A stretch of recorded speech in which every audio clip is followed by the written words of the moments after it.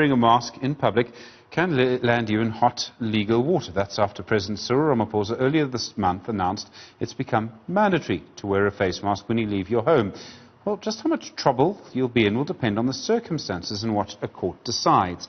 Wayne Ncube from Lawyers for Human Rights joins us now with more on this. Wayne, good evening to you. As the law stands under the regulations, would you actually get a criminal record for not wearing a mask? Is it, I think the phrase is it an offence? So it's not a clear criminal offence yet to not wear a mask.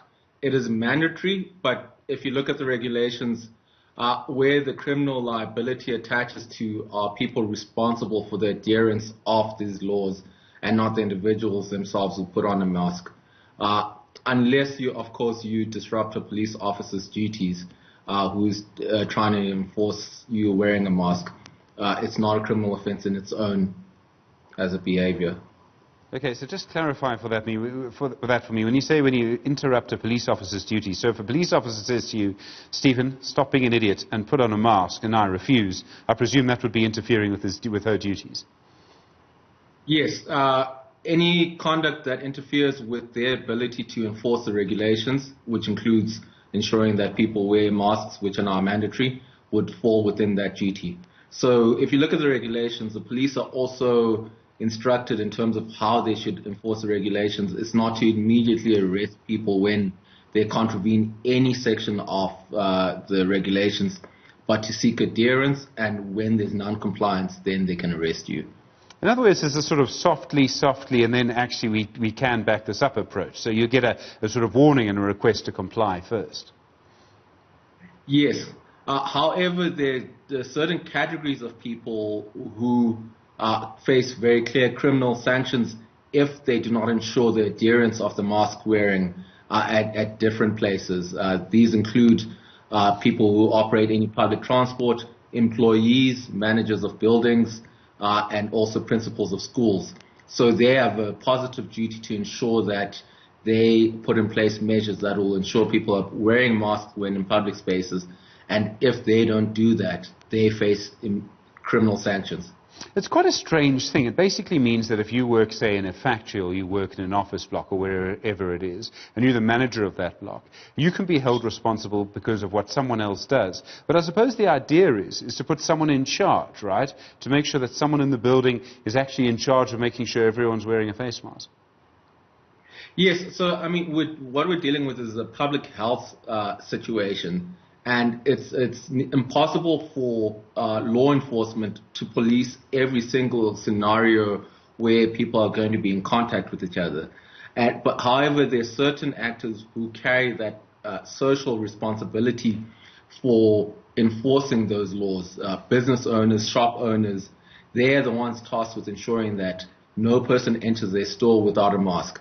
And it's not necessarily that if someone in the store then decides to remove their mask that person becomes criminally liable. It's whether or not they put in measures to ensure that that person would have the mask on, and they put in measures that would ensure that that person can be removed if they don't have their mask on. So it's not a situation where someone will be punished for someone else's conduct if they have done the right thing. Okay, and then the definitions, and I mean, once you get to lawyers, and I know you're a lawyer, and I hope you don't take this the wrong way, but once you start talking with lawyers about definitions, you know, you've got to bring out the Latin textbook, right? Is there a definition of when you have to wear one? Because I would imagine, as soon as you start talking about you have to wear one in public, drinking in public means you can be drinking on the side of the street, but you can be drinking on the side of the street on a restaurant chair, and you're not necessarily in public. So is there a proper definition of when you have to wear a face mask? So the recent amendments have made it very broad. It now requires people wear a mask in any public setting, right? Any place where you could encounter another person in a public setting. So in theory, as soon as you leave your home, and that would be how I'd expect any court to deal with that definition.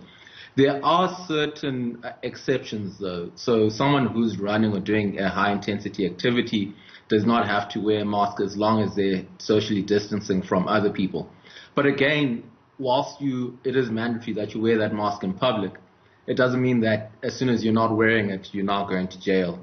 Like I said, the police can police it by then asking you to comply with the law and comply with their interpretation of the law. So it's not immediately punitive, but it opens the door for criminal sanctions. The scientific evidence on the importance of masks is huge. I mean, all the experts say the same thing. This will stop the spread of the disease. You must wear one.